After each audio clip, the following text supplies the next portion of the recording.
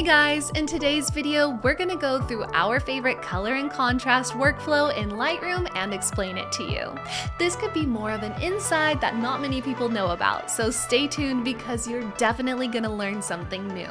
But beforehand, we're also going to do a short walkthrough to what Lightroom is and how it can benefit your photography. Lightroom, as we all know it, is the most popular photo editing software, and now with its new features, we want to see what more it can do.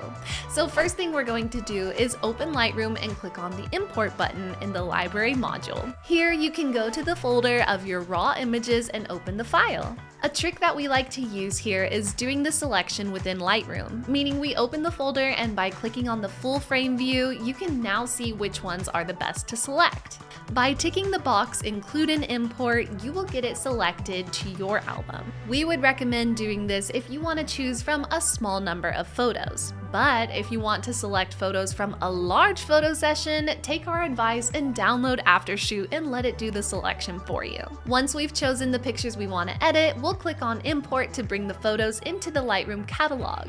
We're going to switch to the Develop module to edit our photos. Here you can use basic adjustments to edit your picture, and if you're on the lookout for a new wedding preset or want to create your own, it just so happens that we have a tutorial by Justin on our channel, so be sure to check that out. We all need a timeless preset for our next wedding season, right? Now let's experiment with some of the latest features Lightroom has to offer. First, we're going to start with this new exciting feature, the point color. Think of point color as having a magic wand for colors in your photos. You can click on any color you want and Lightroom will let you tweak it exactly how you'd like. So let's say you've got a photo with some vibrant greens, but you want them to pop a little bit more. You would first create a mask on that area. We'll create a mask for the whole background. What's different and exciting about the point color is that you can now adjust the colors in layers instead of the whole image. In this case, we'll select with the eyedropper tool within the mask the exact green that we want to change. And now here on the right, we have the sliders to adjust the hue, saturation, and luminance. The cool thing about this is that you can now adjust any color with it as much as you want. From skin tone to skies, it can give you an unlimited range of colors, which you can also stack.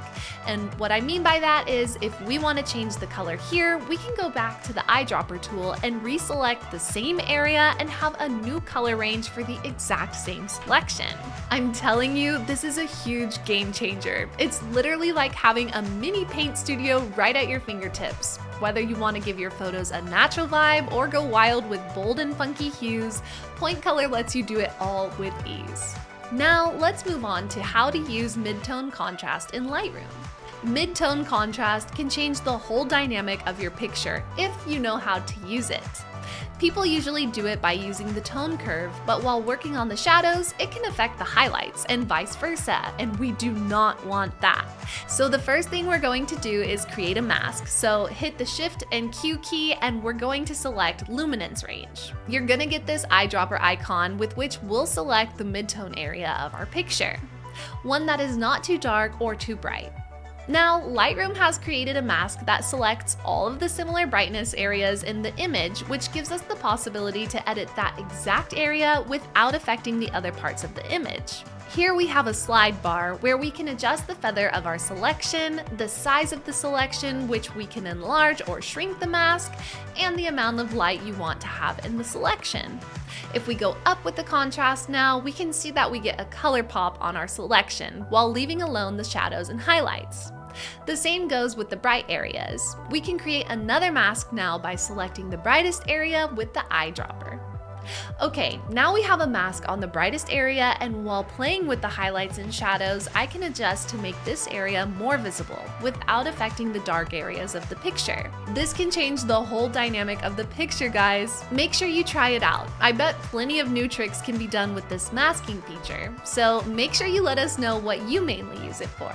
Alrighty folks, that's a wrap on our Lightroom tutorial adventure. Now you've got some new tools and tricks for your photo editing game, and whether you're a seasoned pro or just dipping your toes into the editing waters, Lightroom's got something for everyone.